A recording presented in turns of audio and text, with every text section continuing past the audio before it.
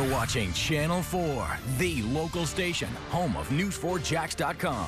Channel 4 News starts now. A North Shore mother walks away in tears after her toddler was attacked and killed by a neighbor's dog. Good evening, everyone. Tom has the night off. Since 5:30, we're now hearing from the Department of Children and Families about why it's now investigating. Officers tell us the little boy wandered into a neighbor's yard where a Rottweiler was chained up. That's when he was attacked. It happened at the home on Maynard Street. In fact, this is the second time in less than a month there's been some incident involving a Rottweiler on that street. Channel 4's Scott Johnson is joining us live now from the scene. And Scott, what is DCF saying about this case? Well, the DCF says they have to investigate, not necessarily because the mom is suspected here of doing anything wrong, but look what they had. They had a child getting out of a car here as they're unloading groceries. Makes its way over here to where you have a chained up Rottweiler. The Rottweiler gets a hold of this toddler, this little boy, killing this little boy. This Rottweiler has since been put to sleep in animal care and control. So that's why the Department of Children and Families says they are going to look into this. They say they want to make sure there is no possibility of child neglect here. This is something that has stunned neighbors and the mother of this small child today as they continue to wonder how this could have happened in a neighborhood that I have to say there are a lot of dogs in. Now, in cases like these, what you may have concerns about could be potential lack of supervision, questions about potential neglect. However, we do still need to investigate this case to determine not only what happened in this incident, but also what the living situation was for the child in that home. Now, once again, the DCF is not saying they have any evidence that the mom did anything wrong, but they say they would have to look into this just because the child did die in this situation. So that's why DCF is looking into it. The state attorney's office and Jacksonville Sheriff's Office also looking into the dog owner, the owner of this Rottweiler, to see if that person is liable at all. By all accounts out here, it appears to be accidental. That's what I'm hearing from neighbors, saying that this dog was chained up. But as you heard, as Tom and Mary said, or Rob and Mary said, there has been a problem out here with a separate Rottweiler less than a month ago. That Rottweiler, according to neighbors, not on a chain, running after people. So this is not something new to this neighborhood, but the last case was certainly not this tragic. We're continuing to gather details. We'll have much more tonight on the local station. We're live on the north side. Scott Johnson, Channel 4, the local station. Scott, speaking of the mother, do we know where she is tonight? Yeah, I've talked to friends and family about that. They say she has been taken away from here, either to a hospital or to a separate area, because this is somewhat of a chaotic neighborhood tonight. You have a lot of news media out here, a lot of neighbors. They wanted to make sure she had a place away where she could be alone to grieve the loss of her little son. Rob? All right, Scott Johnson reporting to us live. Thank you, Scott. Well, we're following breaking news. It's out of Clay County. Right now, deputies are responding to a shooting, they say, as a result of a domestic dispute. Now, what happened at a home on the 400 block of Thornberry Road. We have a crew headed to the scene, and as soon as they get there and we find out more, we'll pass it on to you. New developments, that is, today in the tragedy at Episcopal. We're now hearing the 911 calls made to police the moment Shane Schumerth opened fire and killed the Episcopal head of school, Dale Reagan. We just heard gunshots go off. A gentleman was in a meeting with our headmaster, and he said a gentleman walked in with an AK-47, and we heard gunshots. Channel 4's Jim Piggott has gone through all of those 911 calls, and he's joining us live in the studio. And Jim, what are you learning from these calls? Well, those first calls came into police. They came from someone who was actually in the office with Dale Reagan when Schumer just barged right in. Now, that caller, as you can hear, calmly tells the dispatcher what was happening. I need to know a description and where they're at. Okay, they're in the headmaster's office. I was in there with a meeting with her. Okay, did they have the gun? The individual broke in, had a guitar case, pulled out what looked like an AK-47. Has anybody been shot?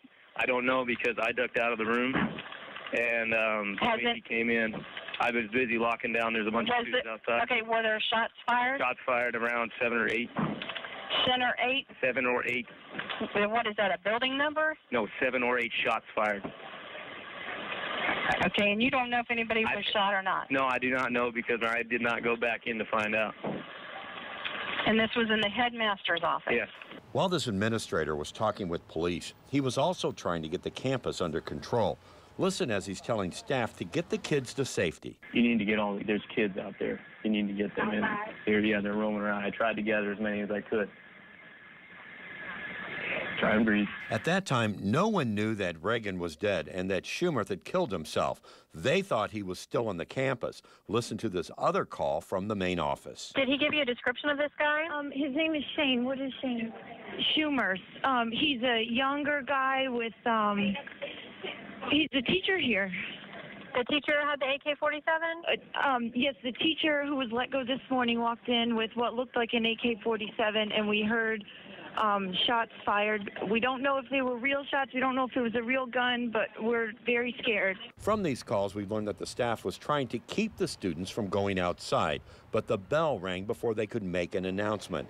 They wanted police to make sure that the kids were safe, and they were also worried about Reagan. I think it's more important that they can tell the kids to get inside if they're not already, and to make sure she's okay. We're okay. We just don't, we have it locked, and we don't know where to go, what to do. Okay. I mean, we're not going to leave, but I think if they can make sure she's okay and make sure that the kids are okay. Obviously upset, and it was interesting hearing just how calm a lot of those administrators were. But if you want to hear more on this, we have all of the calls for you on news4jax.com. Rob, Mary? All right. Thanks a lot, Jim. As so many of you know, the woman who died during that tragic shooting was a beloved Jacksonville educator who impacted countless lives. And that was evident today as several thousand people came to bid her final farewells to Dale Reagan during her memorial service. Take a look at the crowds that just formed on Episcopal School's campus, where Reagan served as head of school for 7 years. Channel 4's Elizabeth Cape was there for the service and explains how the community honored her.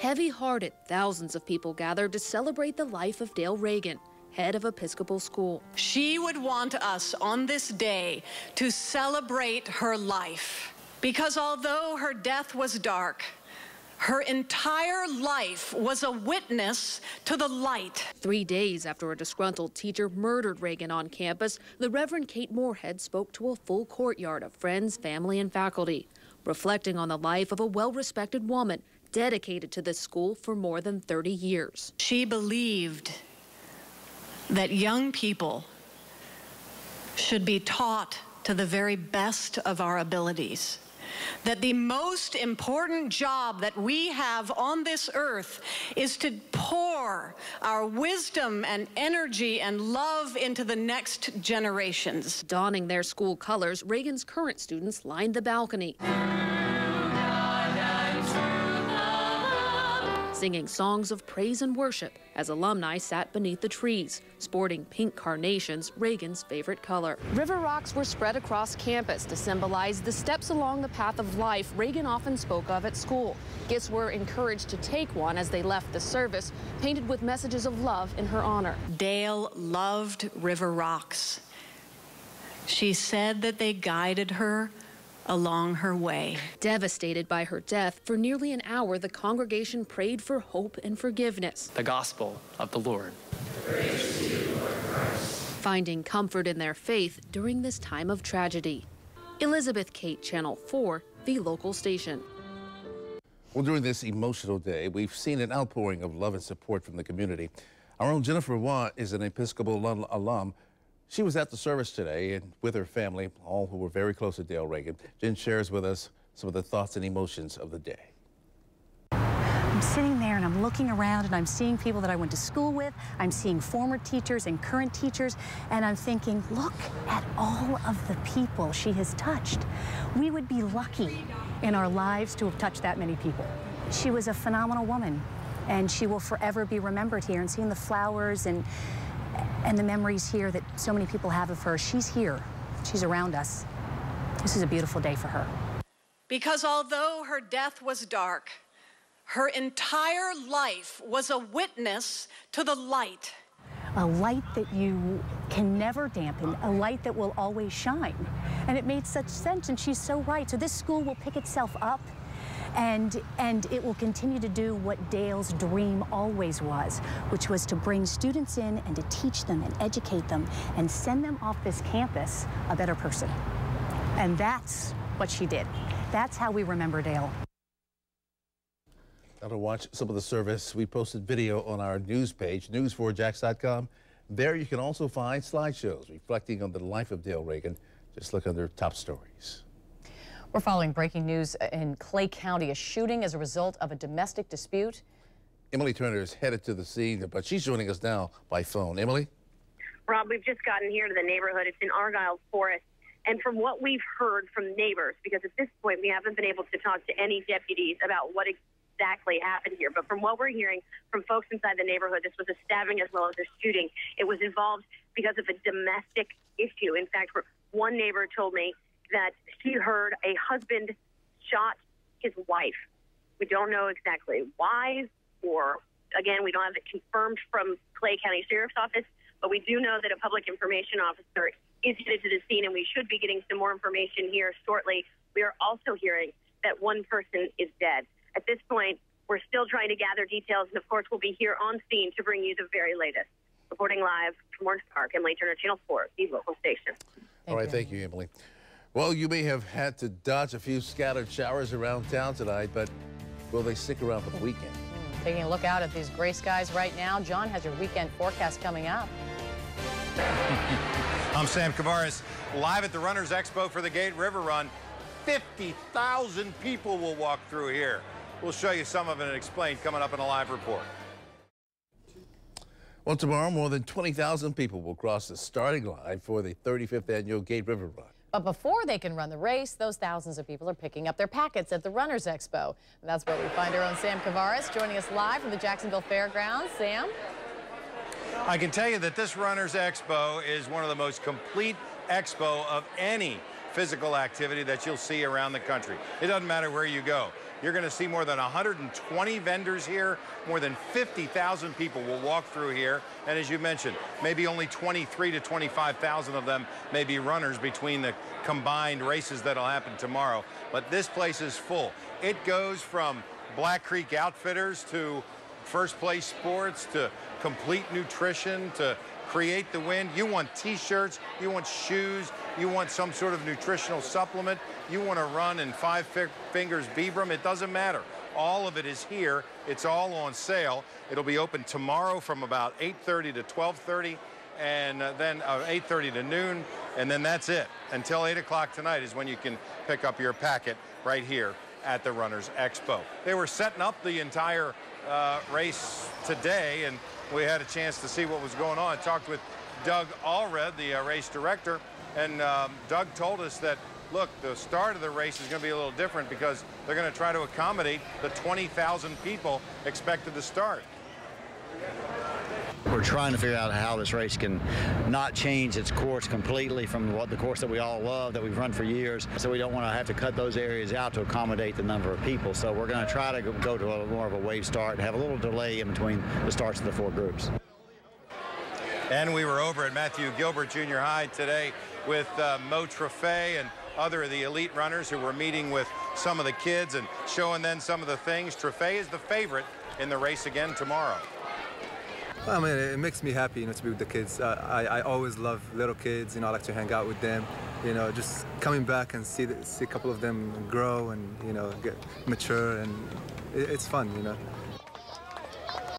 It'll be interesting to see how Mo does. As you saw, the 2010-2011 winner could be back, and he is a heavy favorite to win his third consecutive. We'll have more River Run live reports coming up in just a couple of minutes. We're live at the Expo. Thanks a lot, Sam. It is packed, baby. I know, man. With as many as 25,000 people running through the city, you can imagine the traffic will be a nightmare. Well, coming up at 6:30, we'll bring you up to speed about some of the road closures and the detours for tomorrow on race day. It's your hour-by-hour forecast from the Weather Authority to help plan your day, only on Channel 4. It'll be pretty interesting, too, because the weather's going to see some big changes here in the next couple of hours, and they'll play right into tomorrow morning. Do they favor the runner? It's funny. Some people like it cold, some people like it warm, but not many like it windy. And we're looking at a pretty windy day coming up. Oh, because especially if it's going against you. Yeah, and it does appear you may end up running up the hill with the wind in your face and running down on the hill. In this case, is the Hart Bridge. So. By the way, Sam's going to be up tomorrow morning at 7 a.m. and Richard, myself, and a few others will be popping in and out just to kind of talk about our experiences on it. So at 7 a.m. tomorrow, you put that DVR on there and get that recording so you can watch it as you come back off the, from running the 9 miles. All right, so if you're one of 20,000, you're looking at these numbers and go, wait a minute, that's way too warm to go running around for 9 miles, especially if it is going to be sunny. Warmer temperatures as we go through the next couple of afternoons, but the important part is a cool day. Tomorrow's daytime temperatures are only in the 60s. All right, thank you, John. Well, we've learned a local civil rights pioneer has died after a long illness. Willie Dennis passed away this afternoon at St. Vincent's Medical Center just 5 days before her 86th birthday. Dennis worked as a librarian, daycare owner, and served a number of years as a state representative. But she will be best remembered as president of the Jacksonville branch of the NAACP.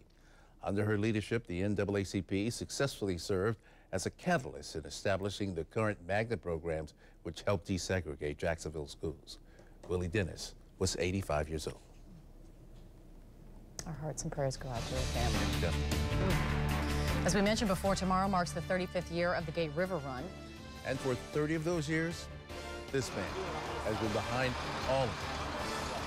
What this week's entails for Doug Allred. Sam will explain when our 6 o'clock newscast moves on to sports. Hey everybody, we're back here live at the Gate River Run Expo. As I mentioned, about 50,000 people will come through here in the 3 days that the expo is open. It is open until 8 tonight, and it'll be open again tomorrow from 8 until 8:30 until 12. No race day registration, though. That ends tonight at 8 o'clock. And as the Gate River Run has grown and the expo has grown, it's grown mainly because of the driving force of Doug Allred, who, after 5 years, took over as the race director and has become the guy that took it from a community run to a run that people wanted to get involved with, to the 15K championship, to the 20,000 runner field that we'll see tomorrow. I want to try to cover this practice. Now as the race director in his 30th year, Doug Allred has seen and made most of the changes for the Gate River Run. He even remembers back in 1984 when he and 2 friends set up the whole course. Now it takes a crew of 15 men working all week to get that done. My job as race director has changed a little bit because I used to do a lot of physical work, but now I'm always saying, all these guys are working in the week, whether it be registration or the finish line setup, start line setup. I'm working 3 months from now. But then, of course, I'll always come out on day of race and try to do what I can. Allred's company at First Place Sports is the running store of record in Jacksonville. But he also does the timing and administration for most of the races in town all year long. But the Gate River Run is something that takes most of the year to plan. And actually, it comes together well before race day. I mean, probably the highest stress level is probably Tuesday and Wednesday of race week, which was a couple days ago. And that's when we're actually trying to finalize our registration list and make sure that everything's working correctly before we move into the expo, because that's a critical point of the race. And if that fails, we fail. The Gate River Run is ever evolving. This year, there's different staging for the start line.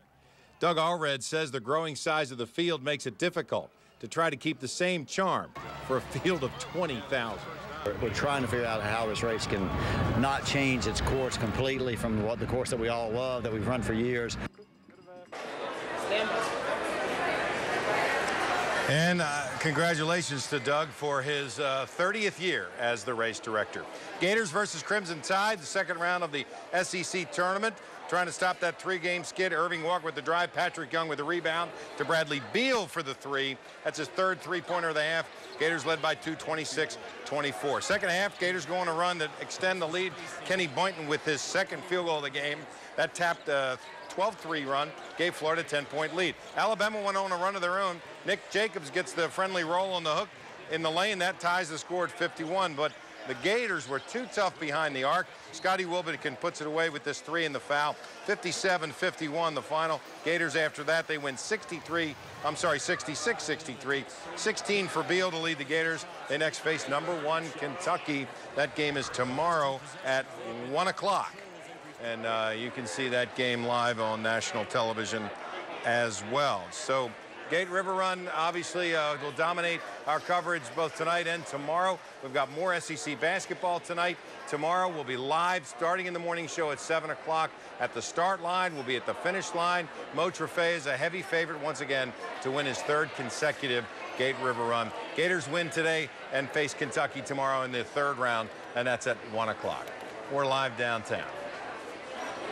Thank you, Sam. Thanks, Sam. Well, we feel like you can take on the world. Sometimes all you need is a good suit. Yeah, that's the mindset behind this cause. Find out who's behind this dapper ceremony, suiting up local veterans, after the break. These local veterans are suiting up thanks to Wounded Warriors Project, an organization helping them transition back to life at home. This was a ceremony to present them with brand new suits because they finished a 12-month program aimed to help heal their minds and bodies. And those who helped present the suits included deputies with the Jacksonville Sheriff's Office, as well as some of the Jacksonville Sharks. All right. Looking good. While the state attorney is seething mad over the new courthouse. We'll have that and more news coming up after the break.